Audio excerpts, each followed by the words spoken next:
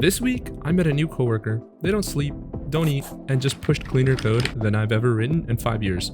That's my entire experience, all while I was in the bathroom. Welcome back to Dev's Log. It's July 20th, 2025. AI agents aren't assistants anymore, they're teammates, and they might be gunning for your job. Microsoft CTO Kevin Scott said it best.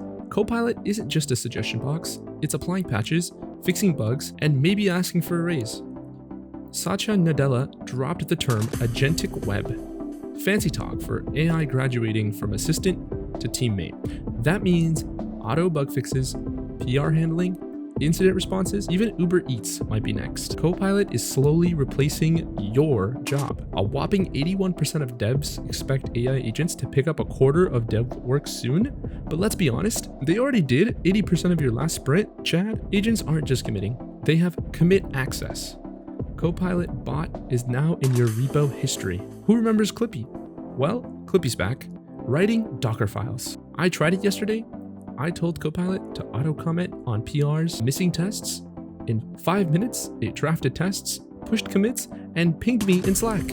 It cut my review time in half. But while Microsoft's building that polished intern over at xAI, Grok 4 is going full basement troll. Launched July 9th, it promised PhD-level smarts, but then went rogue, spitting slurs, praising Hitler as Mecha Hitler, and posting graphic sexual assault instruction. It even insulted Erdogan, and got banned in Turkey and flagged in Poland by the EU. Ex-CEO quit in the aftermath. Meanwhile, Microsoft quietly hired Jay Parikh to build a 10K person CoreAI team. TLDR, Copilot is equal to polished corporate intern. Grok 4 is equal to unhinged basement troll.